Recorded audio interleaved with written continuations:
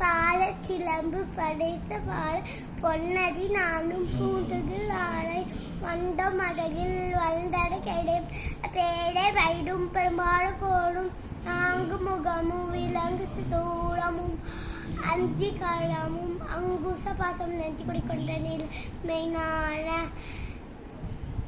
இப்பொழுதென்னை ஆக்குல வேண்டி தாயனுக்கு தாய் கடுலி கோட உடட்டாய் மச்சுடை கலண்டான் வட்ட உப்பட்டேசும் புகிட்டு எழுதிட்டு தெவிதான நான தெளிவரையும் காட்டி ஐன்புலம் தன்னை அடக்கும் வாழயம் இன்புடு கடனேன் இனி கடுலி